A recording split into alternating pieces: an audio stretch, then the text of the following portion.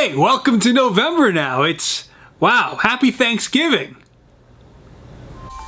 What is up, everyone? Welcome back to this week's vlog.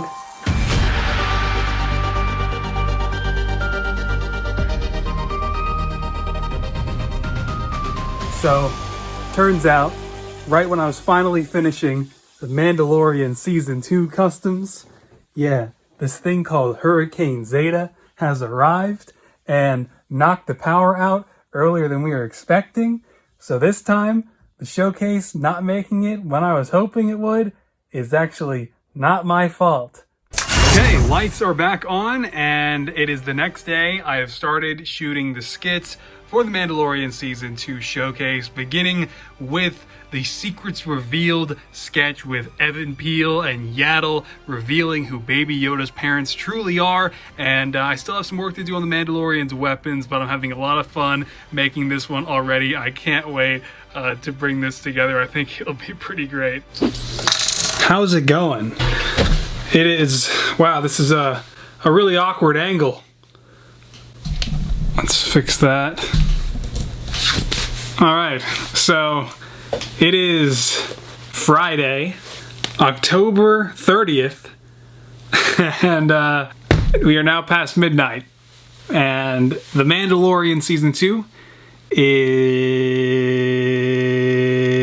2.5 hours away, and I'm excited, but also really tired. I'm sleep deprived. I can usually function just fine on 5 hours, but not today. Good news, I finished the Mandalorian customs for, you guessed it, Season 2. Got the teaser edit out. That went up. It was great. I was gonna start shooting the showcase. Technically, I did start shooting the showcase because I shot the main skit. I wrote and scripted the whole video, which took a little longer than I wanted it to. Realized how extensive the shoot was gonna be. Finalized the weapons, and then I'm like, oh man, I'm tired. The whole day's gone already. So this is not happening. It'll probably be like Saturday or Sunday, but what do you care? You're in the future. You're on Monday or Tuesday or whenever, and you've already seen my showcase. You've already seen the new episode of The Mandalorian Season 2. So who cares? But hey, check it out. The Mandalorian. He's done. After working on this guy for like a month, on and off. Painted all that detail on the weapons today. It's been one hell of a long process. Pulling off the paint job for both the cradle, for Baby Yoda, this thing right here, camera, right here, this thing, along with the jetpack, and painting that whole cradle at the jetpack in like a day and a half was crazy, but I did it, and yeah. So I guess I'll see you Mando Season 2 side. And if we actually see live action Ahsoka tonight, and that's just sprung on us before we're expecting it in a few weeks, I'ma die. Well, it is now 3:35 in the morning. I'm all set up here with my camera. We're about to record the reaction to the first episode of The Mandalorian Season 2, but guess what? It's only working on mobile. And so that means I can't watch it, because I really don't want to hold the phone up to my face, because that would be really awkward. But instead, I'm sitting here contemplating my life choices instead of watching The Mandalorian Season 2. Alright, so now it's like 3 o'clock. Mando Chapter 9 was amazing. With Cobb Vanth, Tatooine, the Crate Dragon, Anakin's Pod Racer, all the new developments. I mean, Mando searching for Mandalorians in general, and obviously Boba Fett returning. Tamira Morrison is back, and we saw him glimpsed at the end. We have 7 amazing more episodes on the way. I cannot believe how amazing Season 2 already is with just this first episode. It was just phenomenal. But I'm working on the showcase right now, doing a skit right here, where essentially Mando and Baby Yoda wind up on Coruscant, and they are seeking out the new Jedi Temple, but left behind is just a hologram from Luke Skywalker, basically saying that he is no longer participating in the galaxy's affairs, and just basically dipped. Okay, so this is the Mickey Mouse skit now. Basically, Mando wakes up, realizes he's suffering from his concussion from the season 1 finale, and then he realizes that there was never any Boba Fett or Ahsoka or Bo-Katan or any of it, and Disney would never let them do that.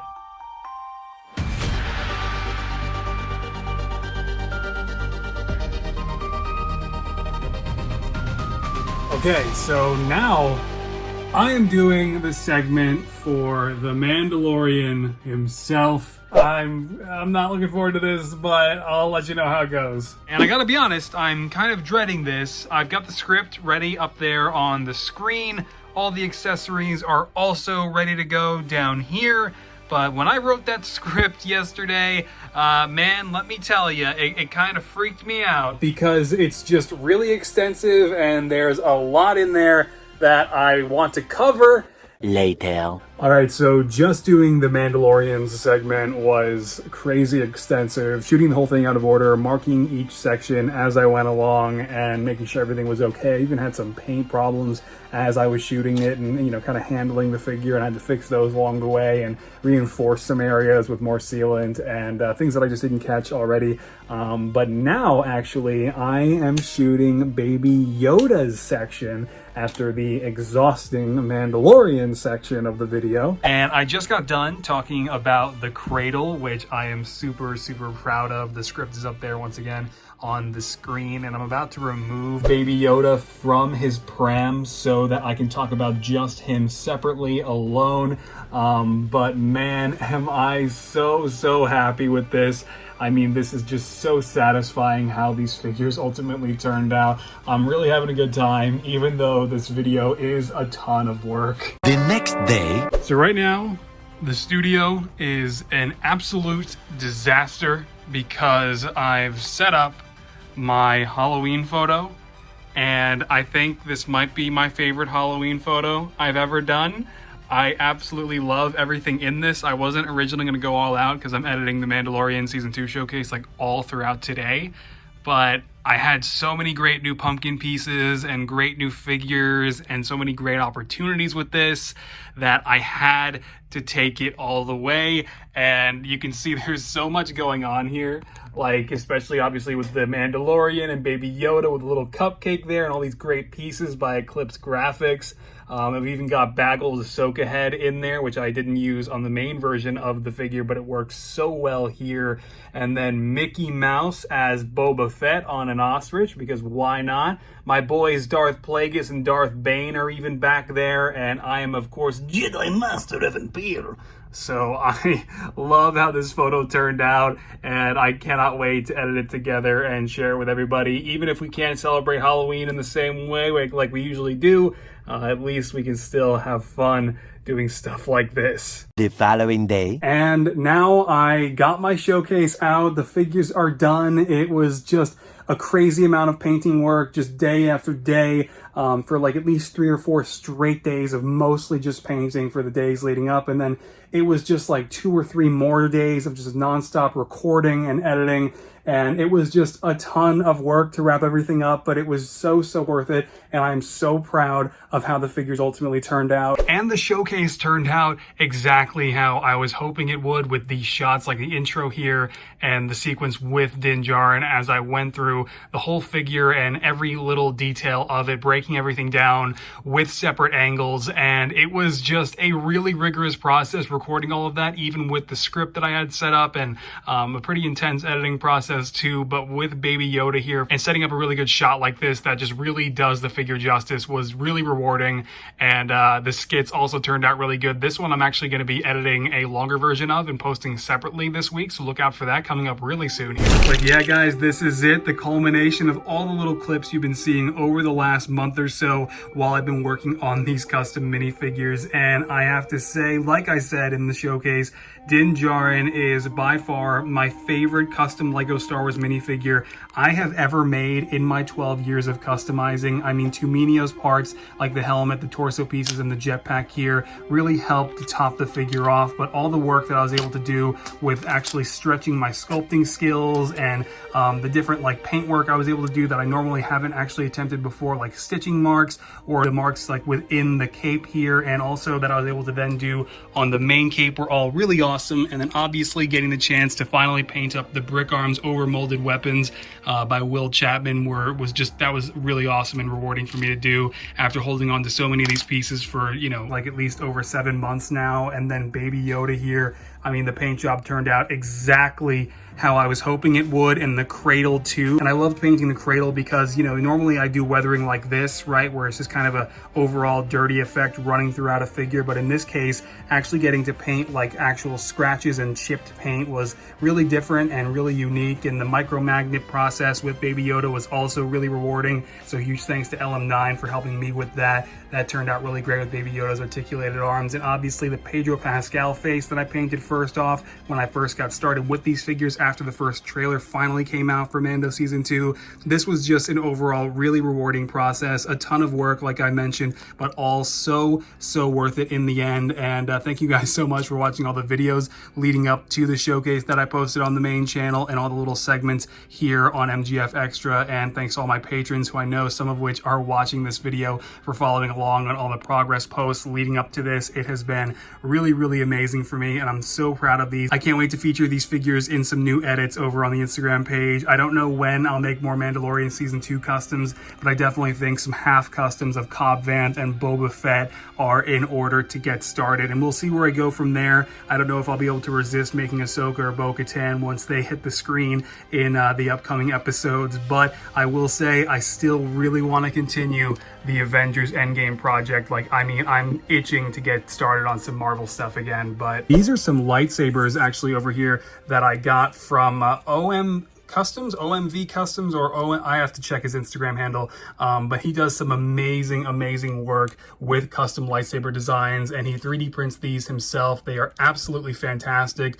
These ones in particular, you can see this is actually Satele Shan's lightsaber broken up, and I reached out to him to get this one 3D printed because I still fully intend to continue with the All of the Jedi collection video. Actually, the other blade fell out right there, but yeah, I can't wait to continue with the All of the Jedi collection video off to the side, and eventually finish this half custom of Satele Shan as well whenever I get around to it, but obviously it's really not a huge priority for me. And then also you can see I've got this lightsaber that came in from Big Kid Bricks actually, and speaking of which, I wanted to show you these. You can see really quick, these are some classic printed heads that I got in from a certain seller on the Custom Brick Bay, but I forget who the seller actually is, but they print these really cool classic style Lego Star Wars heads. So I got Dooku, Jango Fett, and George Lucas. But yeah, speaking of Big Kid Bricks, you can see I just have a ton of figures all over the place over here. I finally finished my Sith collection, like once and for all. The only missing figure that I did not have as part of it was Darth Sion. So now I have Darth Sion from Knights of the Old Republic 2